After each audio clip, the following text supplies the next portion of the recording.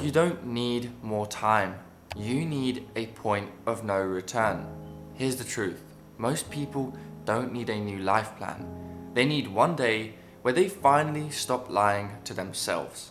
You say you want to change, but can you handle the silence that the change demands? I've done the 90-day plans, I've done the dopamine detoxes, but the biggest shift in my life came from one raw, honest, uncomfortable day. And here's how you can actually do the same. The biggest mistake people make is waiting for clarity before they actually start. You don't need another sign, you need a break from the noise, from the pretending, from the excuses. Let me show you what one day really looks like. First, go dark. 24 hours, no phone, no social media. Your brain isn't broken, it's just overloaded. Second, face the mirror and ask yourself, who am I trying to impress and why?